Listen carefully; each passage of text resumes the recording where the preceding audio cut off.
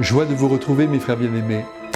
Vous savez, le Christ est vraiment un Père pour nous, j'espère que vous le pensez, puisque tout au long de l'année, à travers l'Évangile, qu'il nous offre chaque jour, il nous éduque, il ouvre notre cœur, il le recentre surtout sur l'essentiel à vivre. Et au passage, si cela était nécessaire, et ça l'est toujours, il nous corrige aussi. Aujourd'hui, il dit à tous ceux qui s'estiment parfaits en proclamant « je n'ai tué personne, vous savez, moi j'ai pas fait de péché », que si le meurtre est évidemment un acte monstrueux, enlever la vie à un homme, mais c'est d'une gravité absolue, se mettre en colère pour le Christ contre son frère est répréhensible. Car au fond, c'est par la non-maîtrise de soi que le mal enfanté dans la pensée sort d'abord par la voix et ensuite descend dans le geste qui peut être destructeur.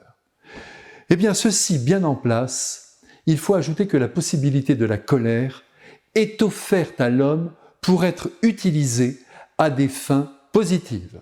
Un homme en colère, vous savez, ce peut être très beau, à condition que sa colère exprime sans violence, et c'est là le défi, la passion de son cœur mise au service d'une cause à défendre. Est-ce que vous vous souvenez de la colère exprimée par Saint Jean-Paul II contre la mafia qui sévissait et qui hélas sévit encore en Sicile? Son emportement a touché la terre entière. L'homme n'a donc pas à se transformer en loukoum ou en guimauve.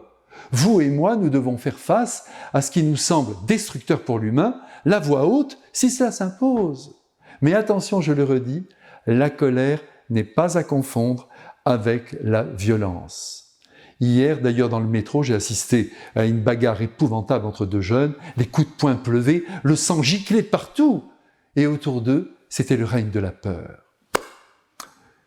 Mes frères bien-aimés, non seulement il faut haïr la violence, mais ne jamais l'utiliser. Car, de toute manière, elle ne règle rien.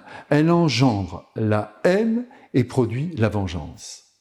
Jésus fait donc bien de nous mettre en garde. Vous allez devoir rendre compte, dit-il, de vos colères, de vos insultes contre vos frères. Faisons donc attention de ne pas nous enlaidir en entretenant en nous des haines qui finissent par modifier les traits de notre visage, en les effondrant, la bouche à l'envers, les yeux plissés par le désir de vengeance. Allez, gardons le visage ouvert et mettons un frein à nos ressentiments. Car nous en éprouvons tous pour l'un ou l'autre de nos frères. Croyez-moi, la vie se charge de corriger qui doit l'être, et je vous supplie de le croire en vous redisant souvent le dicton « On ramasse ce que l'on sème ». C'est vrai pour le violent, c'est vrai aussi pour celui qui aime. Calmons-nous donc et demandons à Jésus, qui est doux et humble de cœur, de nous apaiser et de croire toujours dans la victoire du bien.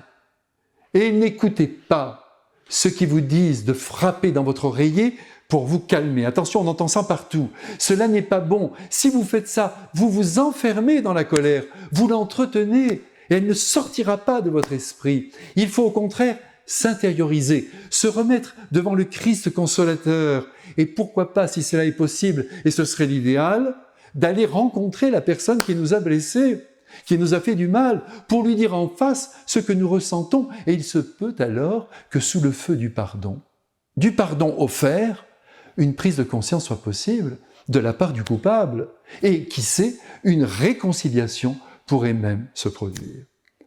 Après nous avoir mis en garde contre la colère destructrice, qui, reconnaissons-le, nous étreint si souvent les uns et les autres, Jésus attend que sur ce point, nous fassions bien sûr de réels progrès. C'est pour ça qu'il nous parle. Aussi, il nous annonce, sans se mettre en colère, c'est inutile, qu'il n'en a rien à faire, pardonnez-moi l'expression, de nos prières, de notre culte, de nos offrandes, si nous sommes fâchés contre notre frère et que nous n'avons pas cherché à nous réconcilier avec lui.